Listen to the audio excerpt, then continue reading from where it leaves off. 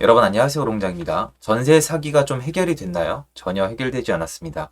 전세 사기 뉴스가 이제 그만 나올까요? 아니요. 계속 나올 겁니다. 만기가 다가오는 물건들이 굉장히 많이 남아 있거든요. 한참 남았습니다. 결국 문제를 터뜨렸지만 문제를 해결하지 못하고 있습니다. 이번 정권에서 문제를 터뜨리고 해결한 거를 저는 발견하지 못하고 있습니다. 이건 정치 얘기니까 뒤로 치우고요. 오늘은 제가 지금 알고 있는 전세 사기판, 전세 시스템이 어떻게 변질이 되었는지를 말씀을 드리고 그 안에서 여러분들이 어떤 초이스를 하는 게 좋을지 제 얘기를 듣고 다시 한번 정리해 보시면 좋을 겁니다. 왜냐면 제가 말씀드릴 내용은 전부 다 현장에 있는 내용들입니다. 일단 전세 사기는요. 사기꾼들이 치는 게 맞습니다. 얘네는 감옥 가야 됩니다. 지금보다 더 엄하게 엄벌해야 됩니다. 아예 그냥 사회에서 격리시켜야 됩니다. 쓰레기들입니다. 분명합니다. 정말 이건 뭐 더 이상 어떻게 얘기할 필요가 없는 것 같은데 제가 이거는 좀 말씀을 드리고자 합니다. 항상 모든 일에는 비율이란 게 있습니다. 예를 들어서 음주운전 하는 사람들 있잖아요. 저 굉장히 혐오하거든요. 음주운전 하는 인간들은 한 번 걸렸다고 해서 한 번만 한 게 아니에요. 제가 봤을 때 10번, 100번을 하다가 그 중에서 한 번 걸리는 거거든요. 그리고 우리 도로 가다 보면은 과속 카메라 있잖아요. 과속 카메라가 예를 들어서 70이에요. 그럼 사람들이 전부 다 70으로 달려요. 70으로 달리면 뒤에서 빵빵거리고 난리 납니다. 카메라 앞에 가서 70으로 잠깐 줄이잖아요. 제가 하고 싶은 얘기는 뭐냐면 사기를 칠 놈들은 어떻게든 다른 데 가서 치고요. 사람들은요. 법이 있어야, 벌금이 있어야, 뭐가 무섭고 생태계가 갖추어져야 법을 지킵니다. 뭔가를 지켜서 인센티브를 주던, 뭔가 어겨서 엄벌에 처하던 뭔가 있어야 되는데 판이 깔려 있으면 과속을 한다고요. 과속 카메라 없애보세요. 어떻게 되겠어요? 사람들이 똑같은 사람들인데 과속 카메라가 없어져 보세요. 미친 듯이 달릴 겁니다. 여러분도 동의하지 않으세요? 그러면 일단 사기꾼들은 원래 그런 인간들이고 사람들이 법이 없으면 얼마나 무질서해질 수 있는지 한번 말씀을 드렸잖아요. 이 전세가 왜 이렇게 됐냐면은 원래 예전에 제가 처음 부동산에 관심을 가졌을 때 전세는 이런 게 아니었어요.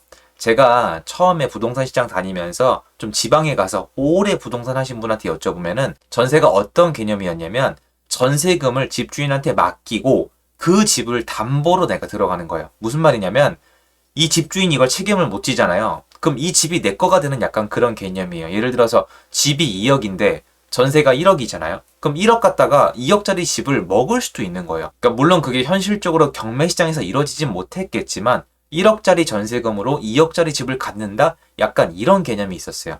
포인트는 뭐냐면은 내가 집을 담보로 돈을 빌려준 거예요. 그런데 어떻게 변질이 됐느냐? 사람들이 전세금 빌려주는 걸 집주인한테 빌려줬다고 생각을 해요. 물론 이게 틀린 얘기는 아닌데 원래 제가 알고 있는 개념은 집을 담보로 빌린 거라서 이걸 안 돌려주면은 집을 내가 먹어버리면 되거든요. 근데 지금 어떻게 된 거냐면 집 먹어. 집 가져가. 집 어차피 쓰레기야. 이렇게 된 겁니다. 그리고 제가 여태까지 노래를 부른 이유가 뭐냐면은 예전에는 집 가격이랑 전세가랑 격차가 있었어요. 근데 지금은 격차가 없어졌어요. 이유가 뭐냐? 이유는 총 3단계예요. 첫 번째, 주택을 충분히 공급해주지 않는 상태에서 두 번째, 집을 못 사게 했고요. 특히 다주택자가 더더욱 못 사게 하는 상태에서 세 번째, 전세자금 대출을 풀어줬습니다. 이 3단계가 정말 표가 됐거든요. 1단계, 건설사가 돈을 못 벌게 한다. 사람들이 집주인이 못 되게 한다. 두 번째, 부동산으로 돈 버는 걸 악마로 취급시키면서 사람들에게 미움의 대상으로 만든다. 세 번째, 세입자 보호, 세입자 서포트란 명목하에 전세자금 대출을 풀어준다. 이 3단계를 거치면서 집을 사는 건 멍청한 짓이고 전세로 사는 게 개이득인 세상이 돼버렸습니다. 그래서 어떻게 됐느냐? 이 제 말이 맞는 거예요. 집값이 2억인데 전세가 2억이 돼버린 거예요. 자, 이게 됐죠? 정치가 잘못해서 이 판이 깔린 게 맞아요. 근데 이거는 우리가 투표했고 여태까지 시간이 지났으니까 끝이에요. 2억짜리 집의 전세가 2억이고 3억짜리 집의 전세가 3억이에요. 제가 예전에 경기도 일부 지역을 갔는데 아파트가 2억이에요. 전세가 1억 9천이에요. 여기서 끝이 아니에요. 2억짜리 집은 안 팔리고요. 전세 1억 9천이잖아요. 그 전세 물건이 없어서 대기가 있었어요. 이게 현실이었어요. 사람들이 전세가랑 매매가가 붙었는데 집을 안 사요. 왜?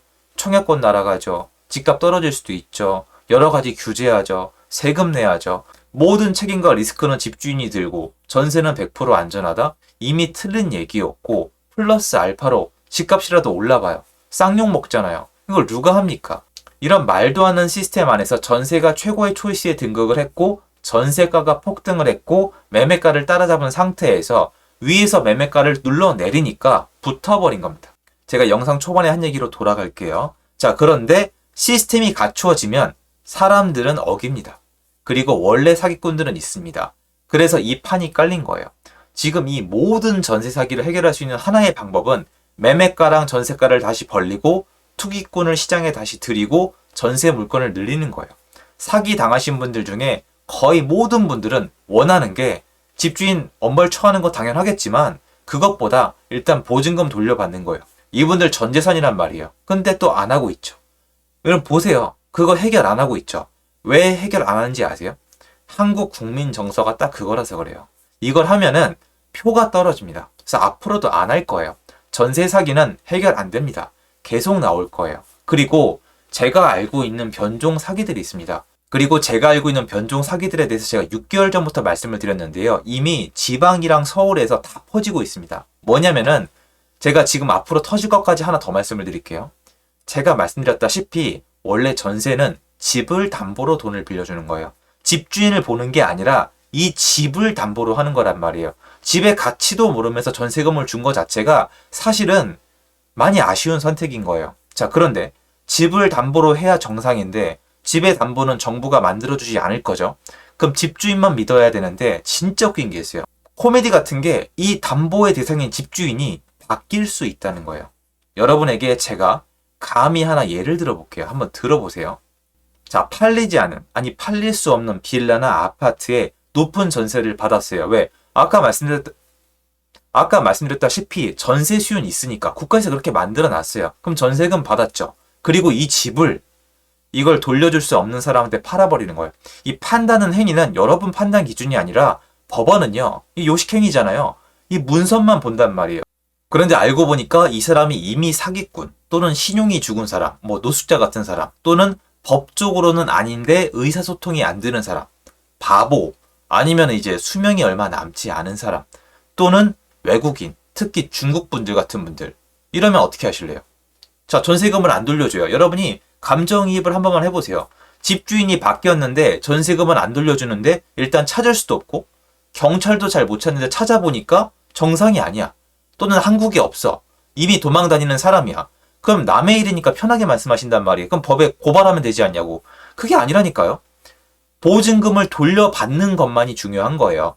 그래서 여기서 원래 절대 있으면 안 되는 것 중에 하나가 이거예요.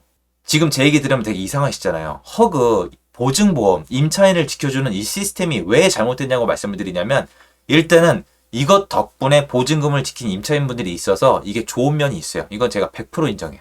임차인을 지켜주는 부분 굉장히 많이 있습니다만 문제는 뭐냐면 아까 제가 말씀드린 사기치는 애들이 허그를 안 무서워요. 왜 그러냐면 저도 이제 부동산 쪽에서 오래 있었잖아요.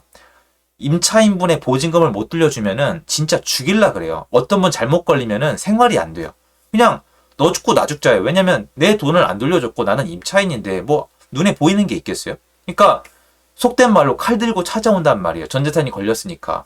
그러니까 일반적으로 선한 임차인한테 보증금을 안 돌려주는 건 현실적으로 대단히 위험한 행위예요. 예를 들어서 지나가는 사람한테 생명의 위협을 가는 거랑 비슷할 수도 있어요. 그 돈이 없으면 죽는 사람도 있으니까요. 그런데 제가 현장에서 봤을 때 그리고 현실 맞지 않습니까? 허그는 돈을 그렇게 받아내지 않아요. 아니 허그가 왜 돈을 그렇게 받아내야 되는데요? 여기 있는 분들이 지금 월급이 안 나와요. 뭐가 안 나와요? 허그에서 칼 들고 찾아가 줄 거예요? 허그에서 내 돈 뜯긴 것처럼 가서 울고불고 할 거예요? 여러분 어떻게 생각하세요? 그러니까 임차인분들 지켜주는 건 좋은데 사기꾼들 입장에서는 여기 있는 돈을 빼먹는다는 개념이기 때문에 죄책감이 없어요. 제가 만나봤다고 말씀드렸잖아요. 임차인 돈을 뜯어먹는 게 아니라 허그, 국가 세금을 뜯어먹는 시스템이 되는데 이거 허그 나중에 못 버틸 거예요. 지금 천문학적인 돈이 들어가고 있거든요. 이거 가지고 해외로 다 나르고 있어요.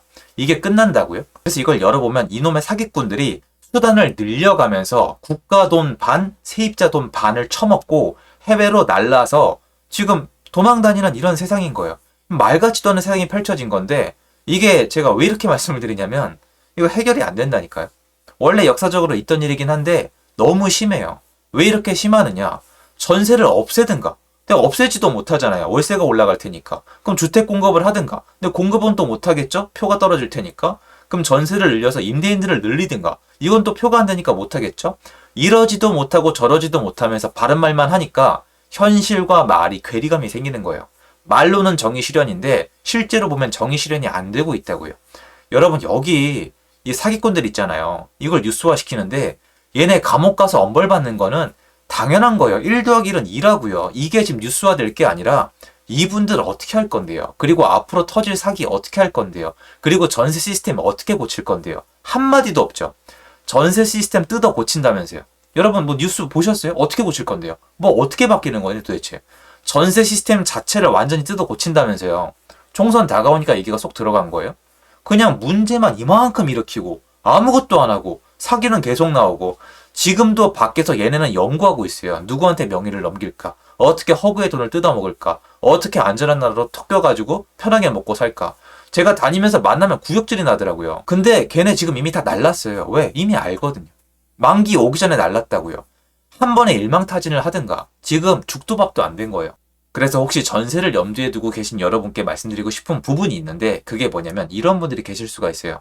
나라에서 계속 이렇게 만지고 사람들이 언론에서 난리를 치니까 사기가 좀 줄어들었겠지? 이제 사기꾼들 겁 좀 먹었겠지? 그렇지 않아요. 여전히 위험하니까 뭔가 시스템 자체가 개선되고 나서 전세에 대해서 검토하시고 차라리 저도 참 이렇게 얘기해서 마음 아픈데 아파트를 가시고 보증보험을 가입하시고 만약에 대출을 받았다면 질권 설정을 하시는 거를 저는 추천을 드립니다.